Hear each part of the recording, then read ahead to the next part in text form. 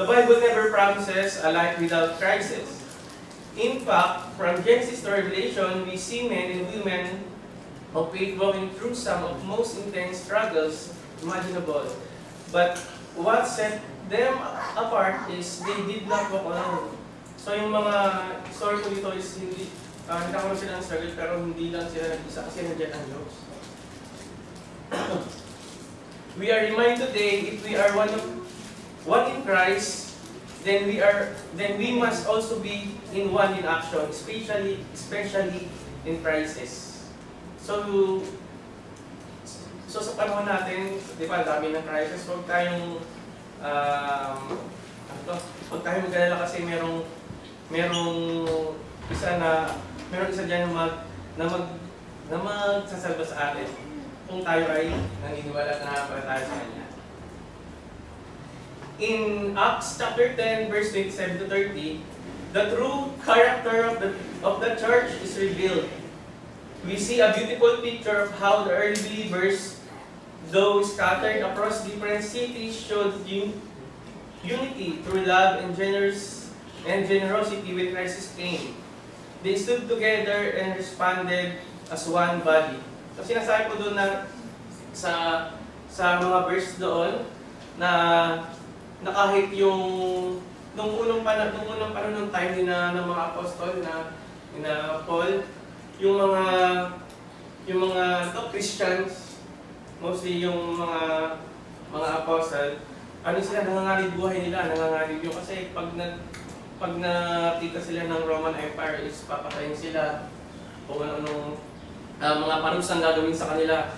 So yung mga doon, maraming church na magkakalayo na hindi sila sampa ng maayos. At yung title po ng natin ng church sa inyo today, Together in Christ, Together in Crisis. So balikan po natin yung Acts 11, chapter 7:30. Sinasabi po dito sa Tagalog ang Biblia, sa verse 27, ng mga araw ng ito ay may lumusong sa Antioquia ng mga propetang galing sa Jerusalem. Ito po yung Jerusalem. Yan. Yung mga nagpunta po sa Antioquia, yung mga tagapagturo. At nagtindig ang isa sa kanila na nagngangalang Agabo. Isa po siyang propeta na nagpunta doon kasama nung mga mangaral at ipinaalam sa pamamagitan ng Espiritu na magkakaroon ng malaki at buong na magkakagutom ng malaki sa buong sanlibutan na mangyayari sa mga kaarawan ni Claudio. Hindi po yung birthday ni Claudio, yun po yung naghahari siya. Yan yung time na maghahari si Claudio. At sa 29, at ang mga alagad ayon sa kanya ng bawat isa ay nangapasyang magpadala ng saklolo sa mga kapatid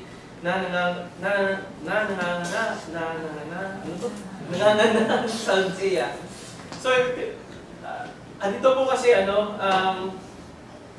kasi tapusin ko po muna yung na siya nga bilang ginawa at ipinadala nila sa mga matanda sa pamamagitan ng kamay ni Bernabe at ni Saulo. So ito po yung timeline. Ayan. Approximately 33 to 36 AD, dyan yung conversion ni Paul.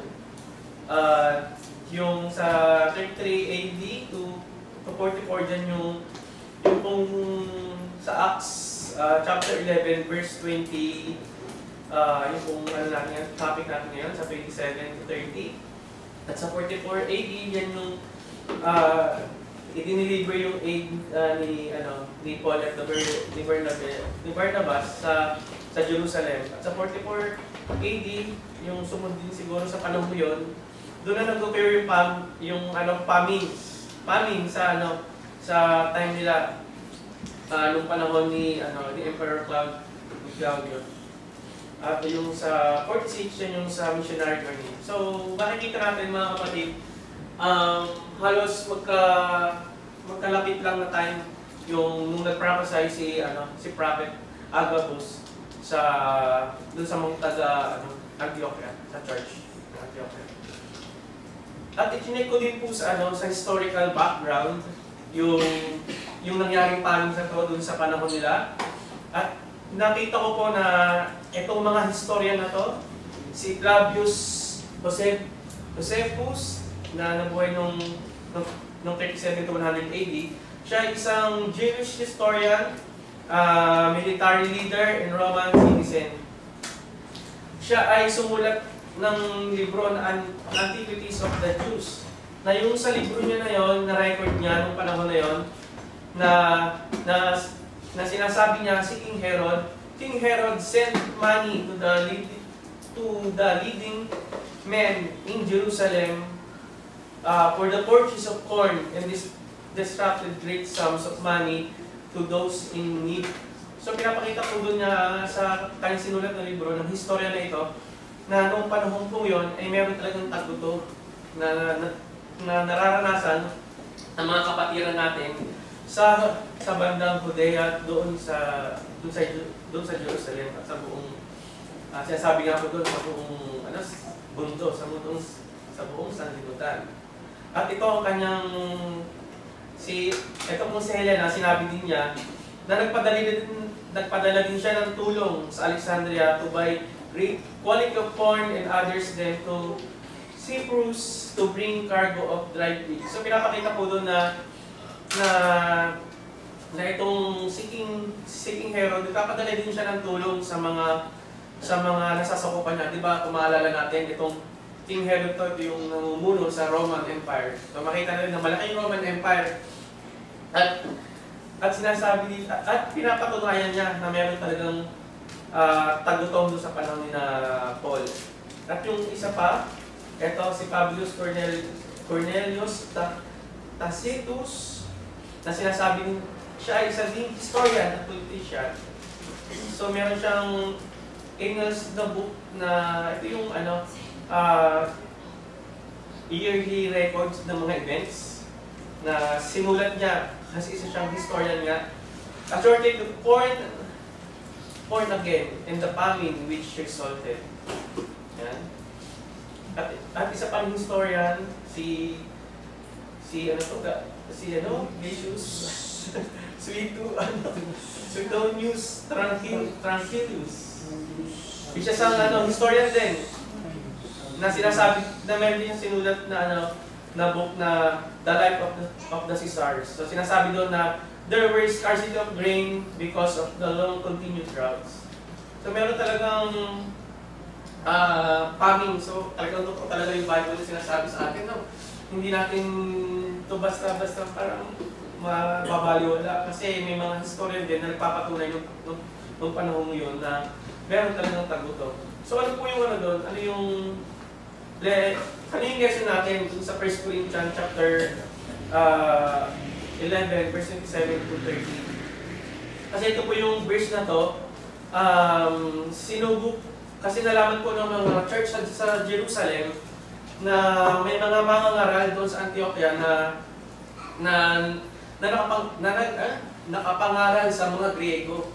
So nabalitaan nila, kaya pinadala nila si Bernabe at saka si Paul kasi wala pa sa Jerusalem. So pinahanap niya pag binaba natin sa Numbers, pinahanap niya si Paul para pumunta sila sa Antioquia. At saka dito, sinasabi dito sa 27, ng mga araw ng iyon ay lumusong sa Antioquia ang mga propeta galing sa Jerusalem.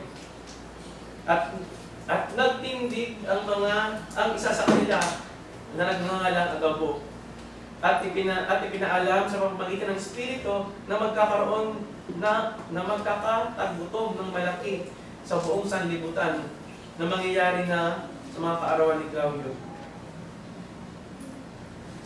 Prophets came from Jerusalem to Antioch, a picture of connection between churches. So pinapakita po doon sa dalawang verse na yun, no, na na mayroong communication between the churches noong unang panahon.